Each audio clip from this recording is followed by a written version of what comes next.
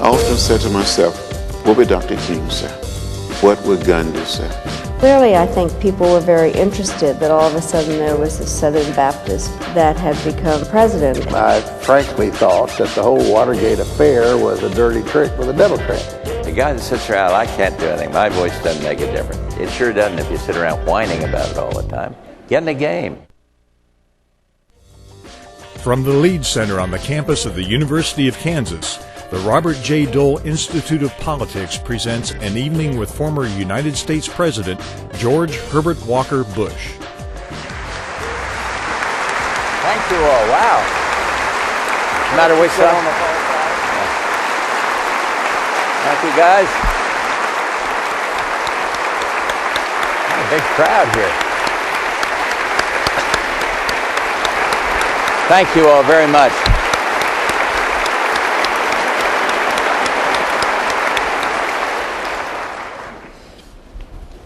Mr. President, welcome to the University of Kansas. We're delighted that you would honor us. You and Bob Dole were rivals at different times in your career. You both sought the presidency in 1980, 1988, but you became really fast friends after that. Talk a little bit about your relationship with Senator Dole. Well, the reason we became fast friends was because the way that he treated me when I was president, and he was leader, he was leading the Republicans in the Senate, and they were not in a majority back then. But he did a superb job. He gave the president the benefit of the doubt. I always knew where he stood. I could not have asked for anybody in the Congress, House or Senate, to be more forthright or more strong in supporting the agenda that I was elected on in 1988. So I have great respect for him. We had a friendship before that. We served in the House together, and I've kept up with him, but this is what really cemented the relationship. You know, John mentioned in his introduction the skydiving, and I always wondered if maybe that was born out of a little bit of frustration that after you flew 58 combat missions and you actually ditched in the Pacific one time, but you didn't jump out. You just took the plane down and then they rescued you by submarine. Tell us a little bit about that. Rescued by submarine, but I used the parachute to get down there. Oh, okay. And I didn't do it very well. I don't like, old guys selling war stories are terrible. I'm afraid if I tell you how much I did in World War II, he'd start telling me, well, let me tell you what I did out there in the German. And your memory gets a little dramatic. But it was September 2nd, 1944, and it was a cold day. No, but I jumped out of the plane, didn't do it well, hit my head on the tail as we were going down, and was picked up, rescued by a submarine. But because that didn't work as perfectly as I'd like to thought it would, I then decided when I came back and out of all this that I'd make more jumps, and I have. I've made 6 or 7 more. And Barbara has a funny way of expressing her enthusiasm for that. She said, one way or another, this will be your final jump. Well, I said, you can express it a little differently than that. But no, people say, why are you doing something dumb like this? And I'll tell you the answer. There's two answers. One, it says that just because you're old, you don't have to sit around drooling, and doing nothing. And it sends a word. The second one is it sends a word globally around the world that you can get in and do stuff. And I've had more people from abroad mention this, and it's a thrill. It's a thrill. We had an extraordinary career. John covered many of the highlights, but tell us kind of how you got started, why you chose public service. I mean, you dedicated your entire life to that. Well, I was lucky that I had a father who inculcated into his kids the idea that public service is a noble calling. And I still feel that way. I feel strongly about it. In fact, we have at my library at Texas A&M the George Bush School of Government and Public Service. And the idea is to further that message. Public service is a noble calling.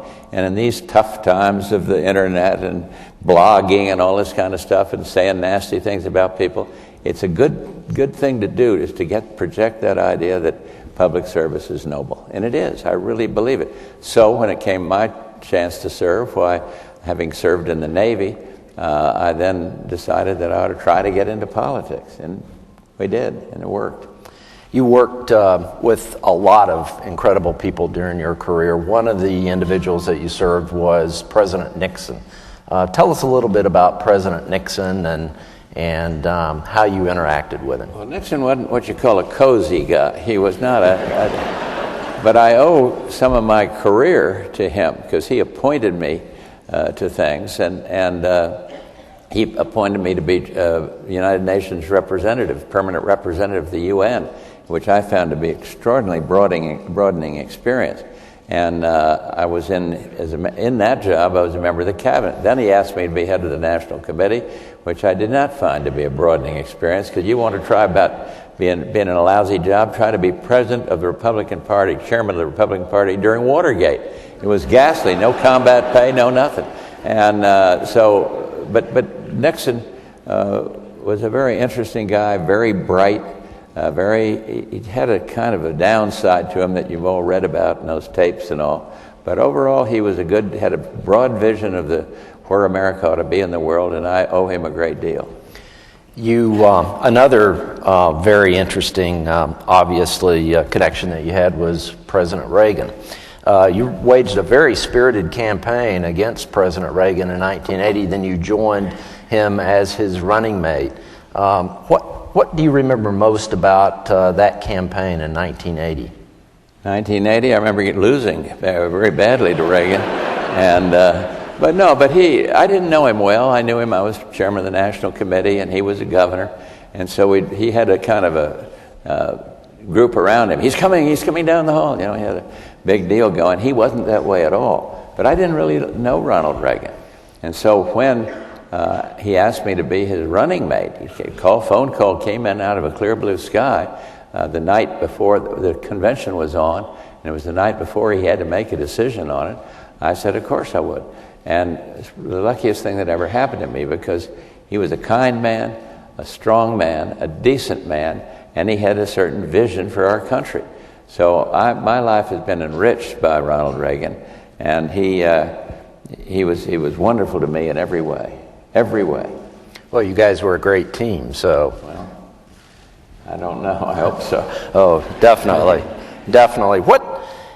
That period of time was really remarkable, and I guess a lot of historians say that President Reagan was arguably, along with FDR, the two most successful presidents of the last century. What do you think made Reagan so successful?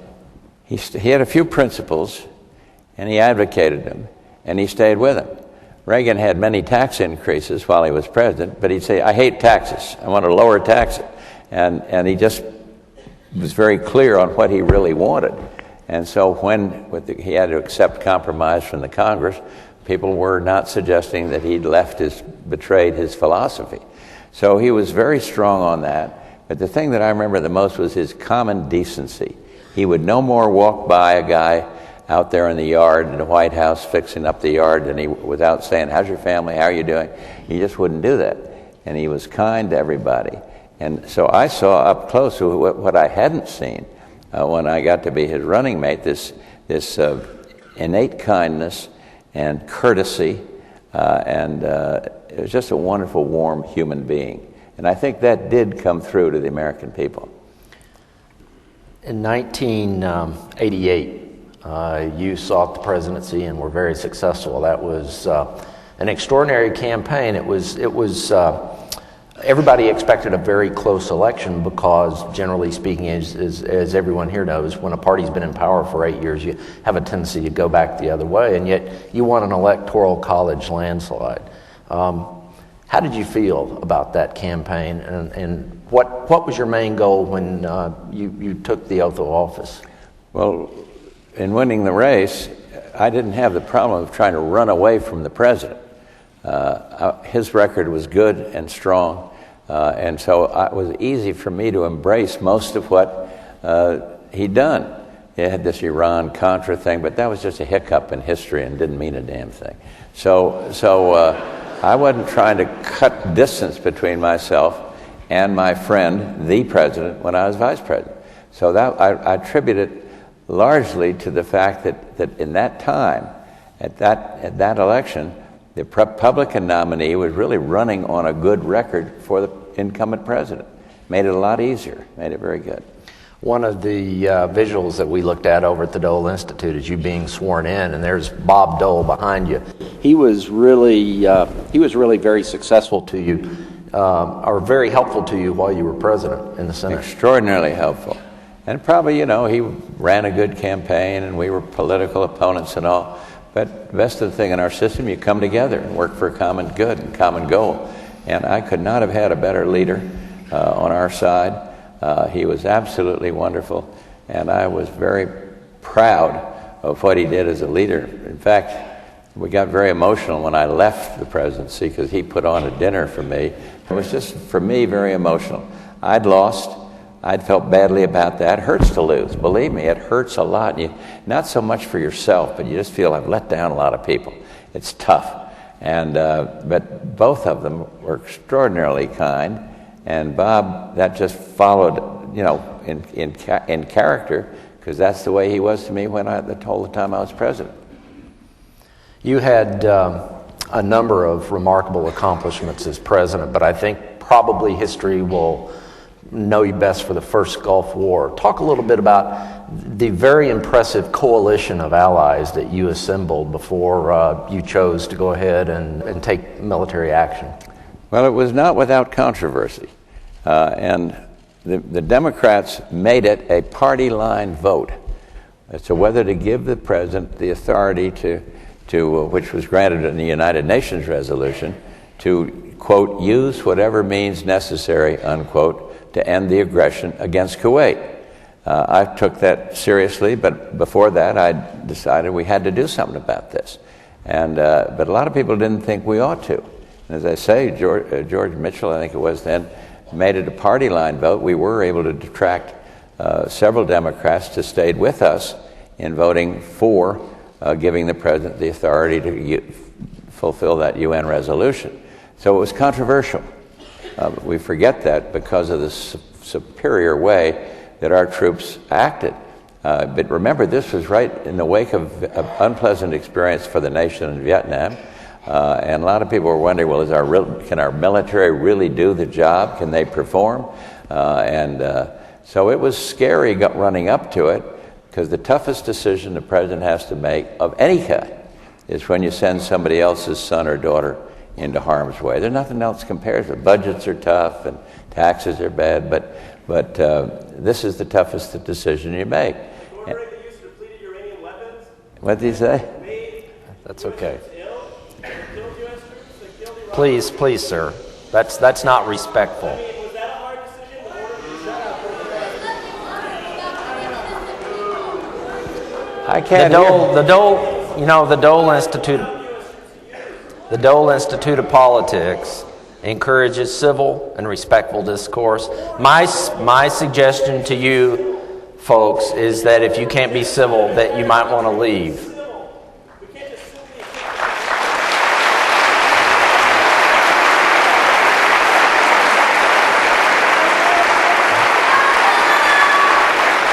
C'est la vie.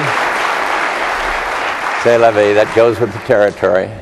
Let me ask you about the coalition. It was just an extraordinary international coalition you built to do that. How did you go about building that coalition? Well, everybody was outraged by the brutality of Saddam Hussein in Kuwait. And so some wanted to do something about it and some didn't. But for a man to go in and gas people in the neighborhoods and all of that, it was pretty easy to mobilize world opinion. But we had many nations on our side in coalition, and they all determined that the objective would be not to kill him, but to just simply end the aggression. And that was our goal. And thanks to a superb military, that's exactly what we did. In 100 hours, we defeated the fourth largest army in the world. We got that dictator out of Kuwait and did what we set out to do. And I think there's a good lesson in history for that. And that was it. It was very clean, and a lot of people. We had some demonstrators beating drums out in front of the White House. I don't know why they used pots and pans. They ruined our dinners always. But guys like this, but they're expressing the right to free speech. But I think the nation came together, and certainly they came together after they saw what our military could do. because there was some doubts about it after Vietnam. One of the tough decisions, I know you've been asked about this a lot, but I'd love for you to explain this to everyone here. You chose not to go into Baghdad and get rid of Hussein. What was your thinking behind that the goal, decision? the objective, as enshrined in the UN resolution and our policy, was to eliminate the aggression, to get him out of Kuwait. And I've often wondered what would have happened if he just picked up his weapons and moved back to the border between Iraq and Kuwait. We'd have been in a real dilemma. But he didn't. He elected to fight, and that's when he got clobbered. But I think there wasn't any. Once we had the victory, I didn't have any second thoughts about whether we ought to redefine the mission, because we had a lot of coalition partners who had agreed, free, independent nations, that what we would try to do is eliminate this brutal aggression against a member of the UN, Kuwait. And so it never occurred to me that we ought to expand the mission. Okay.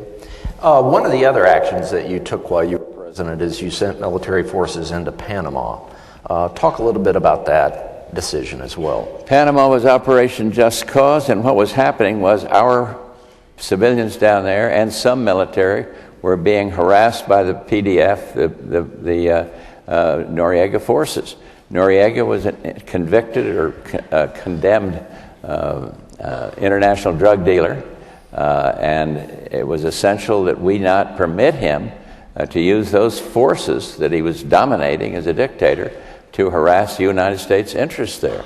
And so that was fortunately not too major a military action, but it did serve a good purpose, and that is to say that a dictator who was condemned as an international drug dealer would have to face justice. In fact, he's in a prison over there in Miami, I think today. Hope they don't let him out and let him go to Texas. What would you characterize as your greatest accomplishments as president? Obviously, the Gulf War would be one of them, but... Well, the Gulf War, in a sense, not just because of the victory over to free Kuwait, but the Gulf War because it ended this canard that our military was no good, and our military was on the ropes after Vietnam, and they weren't.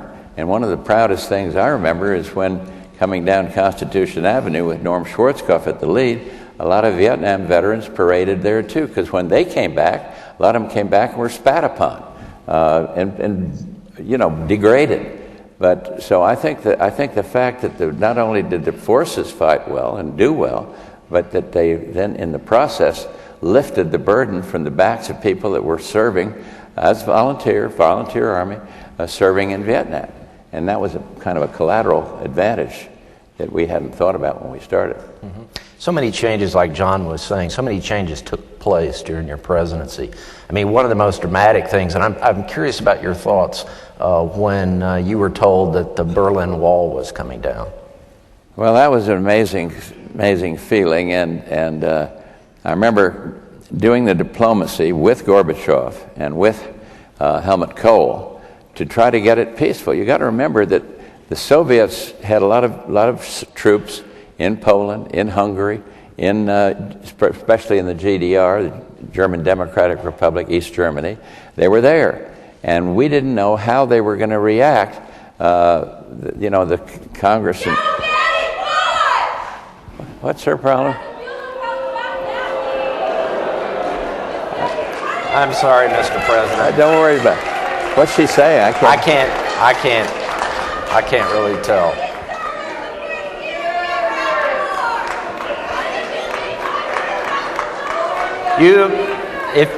I can't hear her, unfortunately. I'm deaf and old, but I just heard a lot of noise. They're gone. Where were we? 20 years ago, I remember standing on the floor of the Republican convention listening to your acceptance speech, and it was a stunning speech. It's one of the best speeches I've ever heard, and I've heard a lot of, obviously, President Reagan's and Senator Dole's and others. But your famous line from that was, "Read my lips, no new taxes." And then you kind of got roped in. You kind of got roped into a tax increase a couple years after that. Do you regret that it turned out that way? I regret saying that because if we hadn't put it in such clear verbiage, it wouldn't have been a big issue. But I was convinced I wouldn't and tried very hard not to, but I did not want to see the government shut down again, and we had to make a compromise. And in return for that modest increase, we benefited from some cuts and some saving cuts, and I think in terms of the budget and the effect on the economy, it proved to be right. In terms of politics, it proved to be wrong because the words were so flamboyant that people never let me forget it, and I could understand that. Well, most everyone here knows that I worked for Senator Dole and worked for President Reagan, but most people don't know that I worked in both of your campaigns in '88 and '92.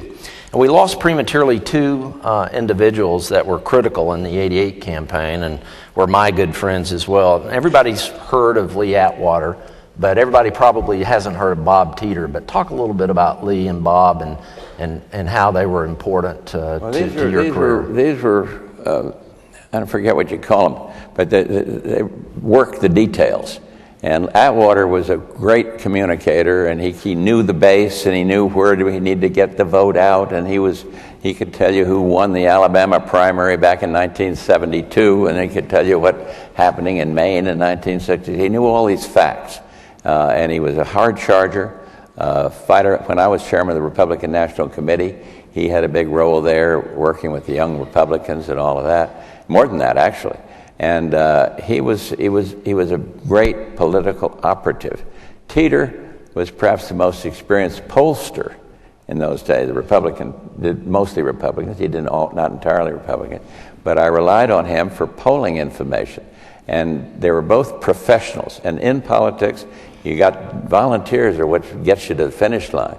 And we get you, in my case, got me started, coming from an asterisk in the polls to winning the primaries. But you need people like that who have the history and know the game, you might say. And so I think I was blessed to have both of them. Bob Teeter unfortunately died of cancer, and Atwater of a brain tumor, I guess it was. But both were very good men, and both were extraordinarily loyal to me. One of the things that really amazes me about your career is that you've served continuously and you continue to do so today.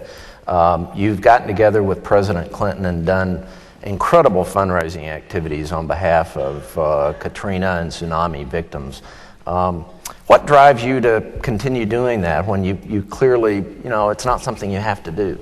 Well, when I was president, I talked about being one of 1,000 points of light. And this was taught to me and inculcated into me by my family, my dad, service to others. There can be no definition of a successful life that does not include service to others. And that's what that's all about. And so when Katrina hit, Bill Clinton and I joined forces. I hadn't seen that much of him after I lost to him, but I had always had a pleasant relationship with him, and we decided to try to do something about it.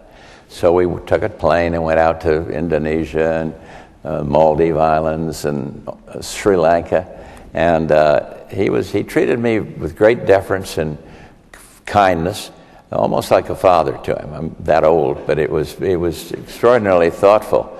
And for example, there was one bedroom on this airplane. It was a U.S. Air Force plane. And this was an official mission for the president. And I said, "Now, Bill, you take this room from here out to Honolulu, then I'll take the room the next leg." No, you do it. So I got up halfway out to Honolulu from the West Coast, and there he is curled up on the floor of the plane in the next room. And he didn't have to do that. He was extremely considerate and kind to me. And I saw that as a different, something I hadn't seen close up. And we worked together, and frankly, we're good friends. And a lot of my friends don't understand it. We got a lot of different views on different things. But he's been a joy to work with. Now we've done it again on the Gulf Coast. We got a new fund where we're trying to raise money to help the Galveston and the Gulf Coast area that have been hurricane stricken.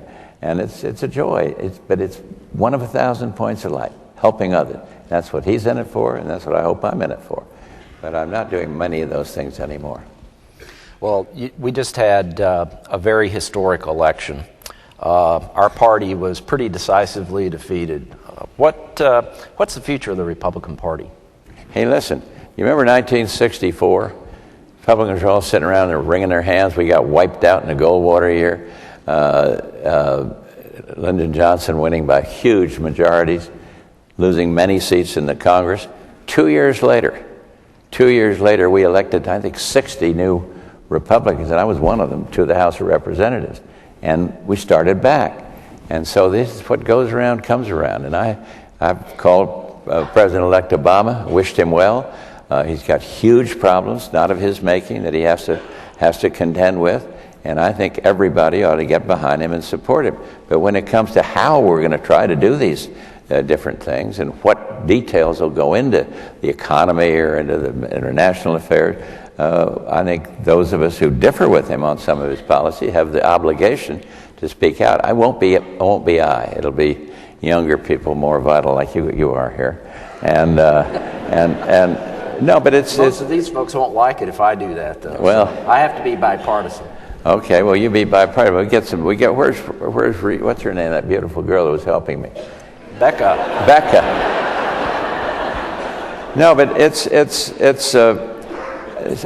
people, Republicans are wringing their hands, and I didn't have a chance to talk to the governor about this. She did a good job working for her candidate, and some of us didn't. I didn't get into the day-to-day stuff, but I wish him well. I called him and told him that.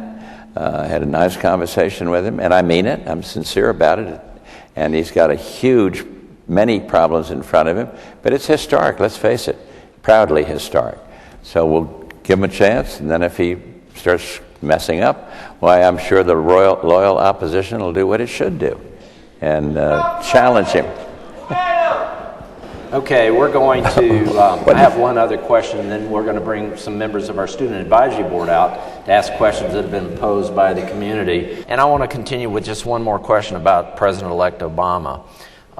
Speak to, based on your 60 years plus of experience in public service, what advice would you give him about serving as president? Well, I think I might be one of the last people he'd turn to, but no, I'd just say, do your job. Don't be deterred by interruptions in the press on your case and all that stuff. Do what you think is right. And he starts off with a pretty good advantage. All my years in the presidency, 4 of them, I was opposed by the Congress, both houses of Congress. Both were in the opposition party's hands. So they started from day one going after me. President Obama will start with the people in the Senate and the House supporting him. And my advice would be just do what you think is right and sell the American people on it. And if you get hammered on some legislation, turn around and stay in the game. But I think he'll do pretty well to begin. And then when the reality sets in that this is a huge job and there are enormous problems out there that one president can't solve, and when the opposition says, hey, we're not going to go along with that, even though Republican opposition in the Senate and House is fairly modest in terms of numbers, he's going to find the tough realities of politics, and you're going to find that you're going to have to compromise from time to time. So I don't think he needs any advice today, having won this superb victory, but I think we ought to support him, and I think he ought to prove what he's made of by trying to get his program through. Well, the one thing that I would say about the president-elect's victory and about where our party is that unfortunately for the Republicans, we don't have the bench that we had back in the 60s. We don't have George Bush, Ronald Reagan, Howard Baker, Bob Dole, all those guys who are all seeking the presidency, and I think that's going to be a real challenge for us. Well, we've got some young leaders there that'll come up, and they'll turn the spotlight will fix on them, and you'll see that there's some pretty good talent there. And they're not going to quit. They're not going to go away. So I'm somewhat bullish when I look at some of the individuals, and I think that as I said, in '64, everybody said we're down and out. 2 years later, we're riding high. Okay. Well, we're going to ask our Student Advisory Board members to come on out. And Barbara explained this, but we solicited questions from the community, and they're going to be presented by members of our Student Advisory Board. Hello, Mr. President. My name is Alex Roth from Lawrence, Kansas. My question comes from Tracy Bedell from Lawrence, Kansas as well. What one achievement during your presidency are you most proud of, and why? What achievement in your presidency were you most proud of, and why? Well, I don't know. I think Desert Storm, because it renewed respect for the U.S. military, and I love dealing with the military. I was a part of it many years before that, and it showed that the United States, when it gave its word on something, would follow through. You see, my firm belief is Saddam Hussein didn't believe we were going to do what we did, and further, he felt if we did do that, he'd win. And I think we disabused him of that, and there was a message that transcended what happened in Iraq for that. But I think the Americans for Disabilities Act, that I get some credit for working with the Congress, is historic. It was probably the best piece of civil rights legislation in the last 25 years. Offering people that start off with disabilities a chance at the starting line. I think that was good. We had we did pretty well in the environment, as a matter of fact. So, but I think the thing that probably will be noted by historians the most is the Desert Storm. Okay. Hi, Mr. President. My name is Julia Groblocker, and I'm from McPherson, Kansas. I got really lucky and got to ask my own question. During the current financial crisis, do you believe that the historically conservative stances in support of cutting taxes and loosening business regulations can meet the needs of the middle class and decrease poverty in our country? Do I believe if we use those principles it will decrease poverty? I say you can't do it right now because you're right in the middle of a financial crisis. But as an underpinning for a philosophy, I'm for that. But I don't think that the question of regulation is what's causing the problems we're facing today. We're in a cyclical downturn, not only here, but it's global. Look around the rest of the world. And some of the countries that are enjoying it or fighting it are almost socialist in nature. Some of them are. And the rest of them, some of them are very conservative philosophies. And yet they're all facing the same problems. So I think the thing is you don't want to give up on your fundamental principles if they're right and if you believe they're right, but you got to adjust for the times and you got to be pragmatic and practical when it comes to solving day-to-day problems. I remember being in the Congress when they voted on the Chrysler bailout. Well, I was all against that, and the government stepped in, put a lot of money in Chrysler, and got paid back. Now they're doing, in these bailout things. I must confess to being somewhat troubled by it. But you just can't let a lot of people be thrown out of their jobs if the government is able to step in. Having said that, you shouldn't advocate that this is what I'm going to do from now on, bail out every company that's in trouble. Okay. Hello, Mr. President. My name is Andrew Toth. I'm from Colby, Kansas, and my question comes from Owen Cox from Lawrence, Kansas. Being a former president and head of the CIA, what potential implications do you see in the possible closing of the Guantanamo Bay Detention Center? Will this lead to an increased use of extraordinary rendition, and how will it affect our world standing? I'm not sure I know enough about what the facts are on rendition. I've read a lot about it, but I don't know what's fact and what's not, and I have not been briefed on all of that. Let me start by saying I've got a lot of confidence in the CIA. I was head of it for one fascinating year, and it was so different than what public opinion was. And there are more PhDs in that Langley than there are in many smaller universities, more. And they're knowledgeable in their fields, and the fields vary from weather to crop growth and all these things, as well as fighting terror and the what everybody thinks of as the clandestine action. And so I don't know. It's a good question. I just don't know the answer to it. But I don't think anything we're doing is going to lead to more of that. And to the degree I've got some concerns about Guantanamo myself, but I don't think it's going to end all the problem with these terrorists. I just don't think it will. I know one of them was released, went back to the Middle East, and was doing bad stuff again. So, but we got to respect the rights of people, even those that are fighting against us. But we don't ought to be naive about it and think that closing one base is going to solve all these problems. Okay, thank you. Good afternoon, Mr. President. I'm Amanda Applegate from Wichita, Kansas, and my question comes from Representative Ron Worley of Lenexa, Kansas. Considering your past relationship with China, what guidance or assistance can you provide world leaders regarding China's role in solving our environmental and overwhelming pollution cause? Well, first place, I think it's absolutely essential that the United States stay involved with China. I've been back, I served there, as you may remember, as ambassador, equivalent of ambassadors before we had full relations.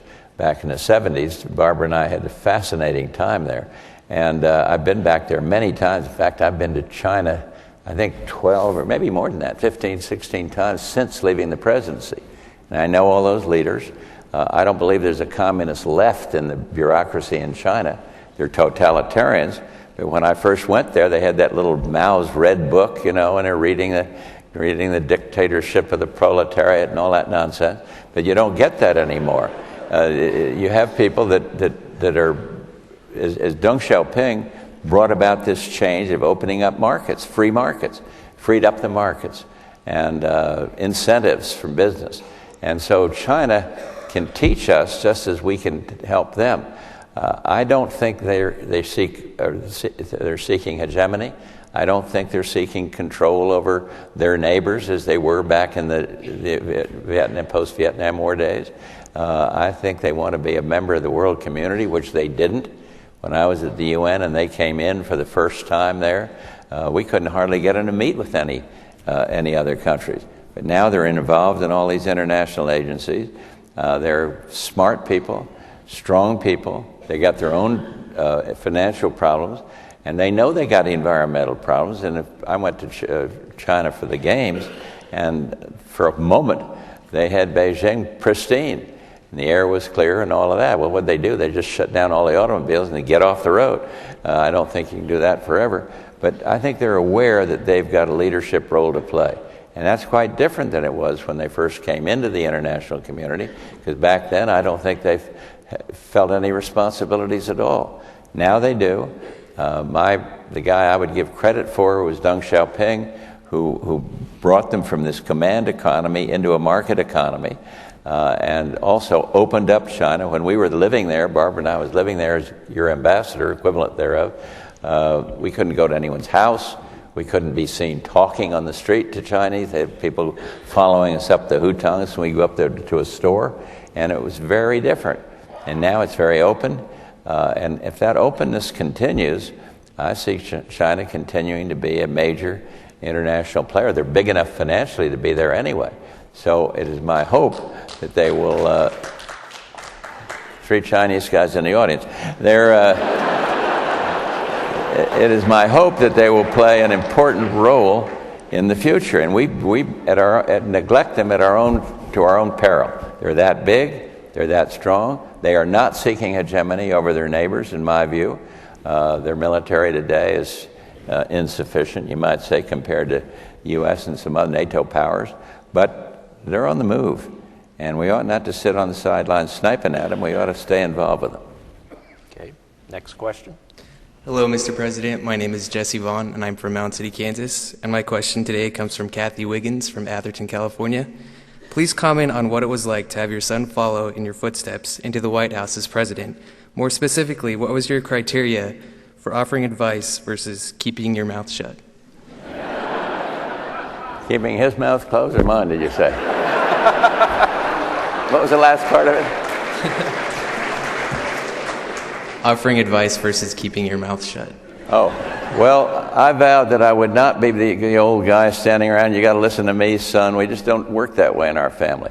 He won, and he surrounded himself with some very good people, and he kind of did that. You remember the old song by Frank Sinatra, I Did It My Way? And so I'm very proud of him. I think he's taken a lot of unfair hits, mainly from some of the journalists, the New York Times. I don't mind singling them out. And And I will be delighted to have him. We're a close family. We're a very close family. And I will be delighted on January 20th when he gets back into the bosom of the family, out of this daily crossfire. But I am proud. I've stayed out of the criticism business. I probably have had some differences of what I might have done if I'd been there. But I vowed from day one, as you asked about, that I would not be the old man writing notes, do it this way, son, or, arguing about this policy or that. And it's been tough on our family because you don't like to see somebody you love. Leave out that. Leave it up. Think of your own kid. You don't like to see your own people get hurt or hammered away. But he does not feel sorry for himself. He does the best he can, keeps his head high. He does it with honor. And I'll be glad when he get him back home.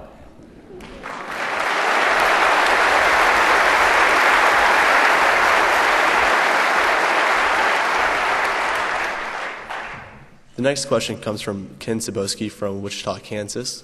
Mr. President, when you were a candidate for a second term as president in 1992, you stated that you wanted a kinder and gentler nation.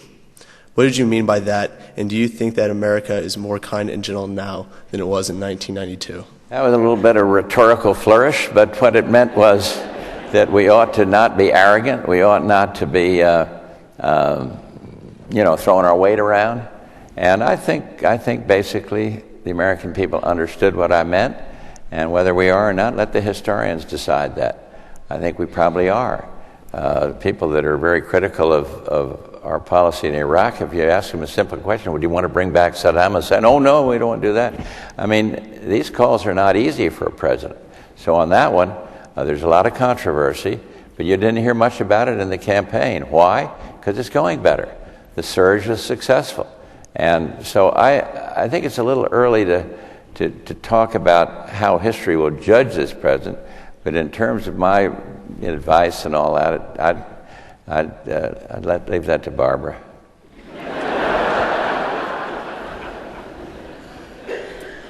Mr. President, the next question comes from Richard Norton Smith from Alexandria, Virginia, who was the first permanent director of the Dole Institute of Politics. You were criticized in some quarters for not going to Berlin when the wall fell and, in effect, doing a victory lap. Modesty aside, what were the factors that led you to forego the ultimate photo op? And do you feel you were ultimately justified in your decision? Well, I have great respect for Richard Norton Smith, and he sized it up as the ultimate photo op. But here's what happened. I was sitting in the Oval Office and stood around the desk there. Some of the reporters were huddled around. And one of them said, can't you express the emotion the American people feel as walls coming down? Can't you do what Gephardt and Mitchell, who was head of the senior moment here? Mitchell and are suggesting you go and dance on the wall. Well, I didn't tell her, but that's the stupidest idea I ever heard. We had worked. I was very polite. Oh no, thank you for that. But the reason was we did not know how the Soviet military was going to react. We knew, and Gorbachev subsequently said he didn't know how they were going to behave, and they were down on him for his role in working with the West, and we didn't know whether that would be the final straw that broke the camel's back. And so we decided we would cool it, not rub the Soviets' nose in the fact that they lost, we won, that kind of thing. And the victory lap is a good way to establish. You get over there, you might get 3 points in the polls. But you might also diminish the chance for a final peaceful solution. Remember, the Berlin Wall came down, not one single shot was fired. And in the reunification of Germany, not one single shot was fired. And so sometimes it's better not to overreact and not to beat your breast and say, we did it, and parade around. And I don't think it cost the United States anything. And I can tell you that Gorbachev has subsequently told others and me that if we'd have done it differently, he didn't know whether he was going to survive as president of the Soviet Union. And I've gotten very close to him, incidentally, so we speak quite frankly. And it was not easy, because it'd been nice to go over there and see the hard work of many predecessors of mine be vindicated. But I think we made the right call. Sometimes it's better to be, I got called, you remember Dana Carvey? Not going to do it, wouldn't be prudent. Well, sometimes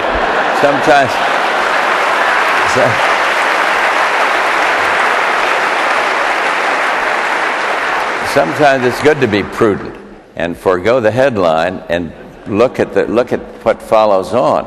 And so I'm very proud of our reaction, our team's reaction to that, and the results speak for themselves. So I think we did the right thing. I take it that, based on what you just said, that you're not as pleased with Dana Carvey impersonating you as Bob Dole is with Dan Aykroyd, because he was very fond of that. Well, I like Carvey. He was there the other day in Houston, and he and I went over there and did a little stand-up along that same line. He's a good man, and his humor, incidentally, never was mean. It was never. He sure stung at times, but it was never hurtful. You never felt it was vicious. And some of these guys today that, under the name of humor, just go right for the jugular. He didn't do that. And so I like the man, and he teased me a lot. Nah, I got to do it. Nah, I got to do it. And went on like this. But it was a good lesson for me in the way he conducted himself. He was very popular. And kind of teasing me, you might say, but he was not a nasty guy. Okay. We have time for one last question. Andrew, you get the last one. Mr. President, this question comes from Jonathan Earl of Lawrence, Kansas. Do you think there will be another president with the name Bush? Well, I don't really see that. We got a guy that was governor of Florida who's a superb governor. Now, that comes from the father, but you check with most people on both sides of the aisle in Florida, and Jeb left office with very high ratings, very strong, very policy-oriented. And I don't think he's got politics totally out of his system, and very, very candid, I hope not, in spite of the nastiness in the political arena today. Then we have a rock star in George P., who is Jeb's oldest son. Handsome guy, interested in politics, surprisingly, and lawyer, Naval Reserve in the Naval Reserve, and I'm very proud of him. And I think maybe he will go into politics, but certainly he's not arrogant enough to start running for president with doing nothing in the political arena. He'd need a little seasoning out there. Right. Well, you got, over at the Dole Institute this afternoon, you got to meet some of the members of the Student Advisory Board, the folks who've been asking you questions. We've got, I think, over 80 Dole scholars here today attending. What advice would you give to these young men and women who are following a career or who want to follow kind of a route that you followed in your life, committing your life to the service of other people? What advice would you give to them? I can't think of a better example than Bob Dole. I think they can, service is noble. Service is, and participating in the political process is good. You don't always have to be out there shouting or, trying to get your name in the papers. But participating in the process, get involved. Be in somebody's campaign, run for office yourself, help somebody else. But then you get the feeling of it, and I think the rest is history. You stay involved. And so it's good.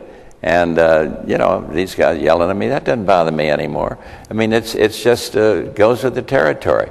And you have to get used to it. You may not like it particularly, but the process works. And I think President-elect Obama, when he started off against Hillary Clinton, nobody gave him a snowball's chance. But he stayed with it, put together a great coalition of supporters, and set a huge example by the majesty of his win. So it can happen. And I think, what supported him were a lot of young people on the internet, a lot of young people in the campaign itself. There's a good example.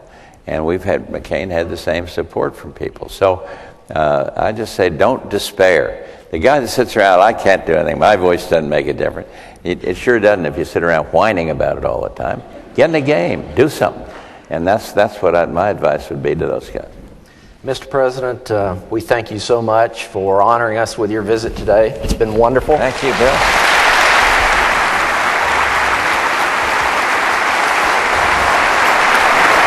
Thank you all. Thank you all. Quite a day. Okay.